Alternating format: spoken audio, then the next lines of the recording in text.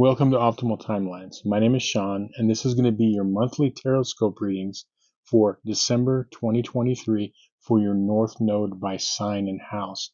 Now, if you're new to my channel, the reason I use the North Node in tarot readings as opposed to your Sun, Moon, or Ascendant is that it's recognized in astrology that your North Node is your North Star. It's your soul path. It's what you're here to learn, experience in this lifetime.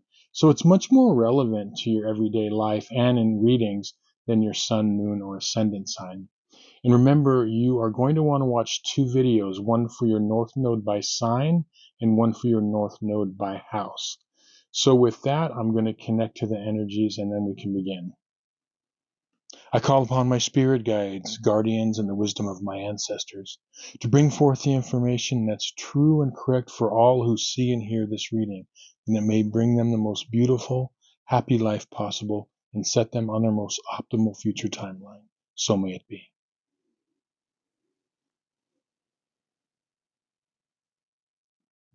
Okay, North Node in Sagittarius and or the ninth house. This is going to be your December 2023 Tarotscope reading for the first half of December.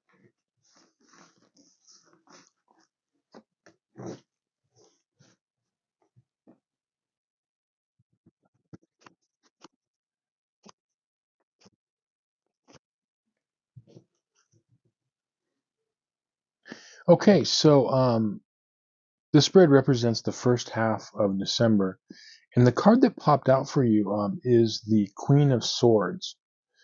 And I feel like this card, we call the king, queen, page, and knights, we call those the court cards.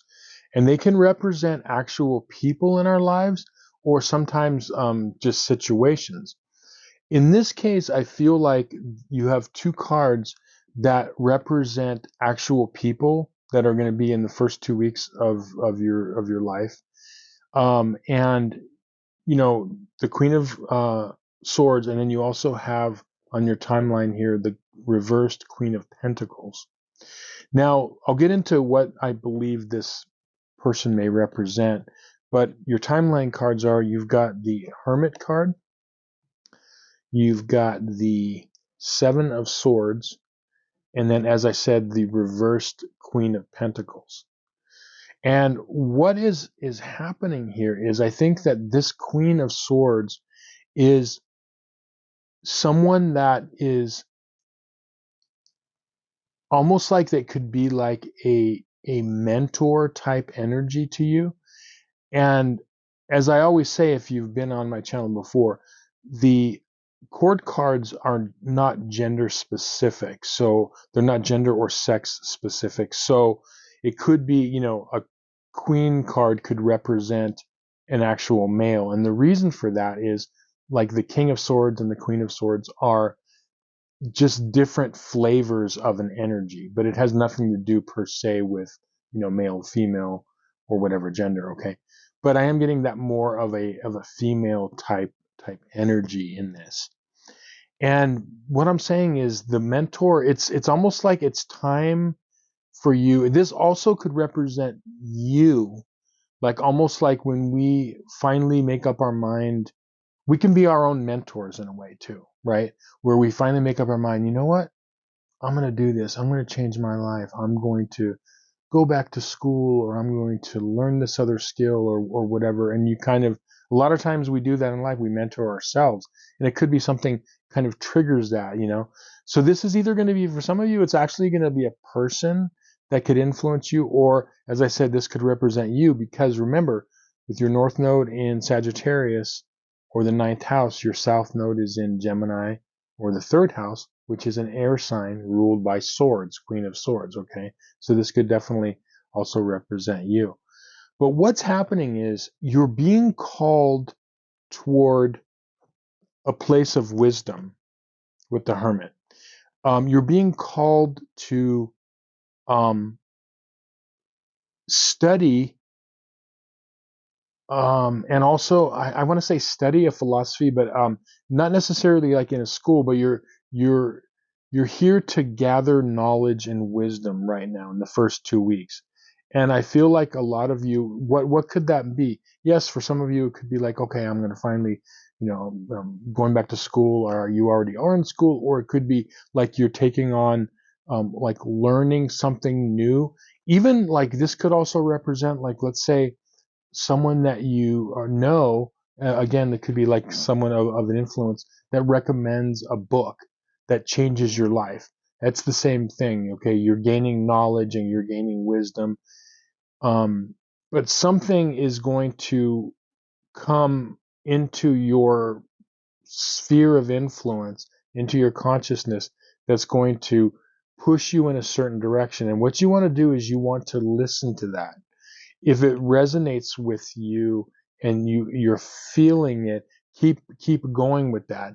Don't allow yourself to get like distracted by things around you. But I feel like the first 2 weeks, it's going to be like a big, um, something big is going to come to your life, into your life, in the way of knowledge, or in going in a certain direction. Now, when I mentioned the distractions, I also feel like part of this is, um, this seven of swords is, I feel like this could also come with a distraction. It's almost like, um, I don't know if I should go this route and I'm distracted. It even could be like a person in your life that could be either discouraging you or distracting you in some way, that maybe, um, doesn't like maybe fully believe in you, or you feel they don't believe in you. So it could be like a naysayer, like someone close to you, or it could just be, within ourselves type of a thing, that we're distracted because we don't feel right about it. I want you to, when this thought comes in, if this is an actual person, I want you to ignore it. I want you to ignore it, and I want you to follow follow your intuition big time. Because one of the things with this, it's interesting with the Sagittarius North Node, or North Node in the ninth house, you have a natural intuition about things. And the reason is because in your past and past lives, you've had lots of different interests. You've seen lots of different, uh, things happen, and avenues of of knowledge, and where it's led. So people with this north node naturally have an intuition. The problem is listening to that intuition, because that's where the distractions could come in easily. People could distract you and say, you shouldn't do that. Or even yourself, you're like, I don't know, and I can't make up my mind. I don't know whether to do this or that. So always follow that instinct. Now, the one of the distractions that I'm talking about is, again, with this Queen of Pentacles reversed. I feel like that this could be more on par with what this distraction, if it's an actual person outside of you, what it could be.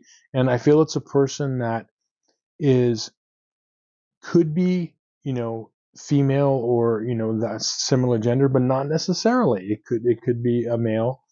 Um, but someone who, I guess, I feel like there's an emotional closeness, but and I feel like they're most likely in Earth sign, so like a Capricorn, Taurus, or Virgo energy. Okay, and even if that's not their sun sign, I mean, I feel that energy, like a very earthy energy.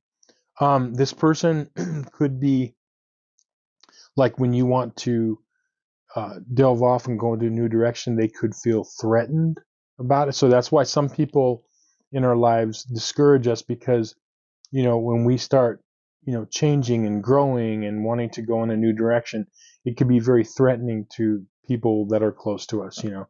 But whatever this is, just don't let it distract you. Follow your gut instinct if you really want to do it, and you just have to kind of put blinders on and plug your ears. Just follow yourself, your own heart, because you'll know what to do. um and as I said, it's about gaining knowledge, and it's about, you know really going off in a new direction. It could be a new mentor, as I said, coming in, or you could be your own mentor, and you're just going off in this new direction.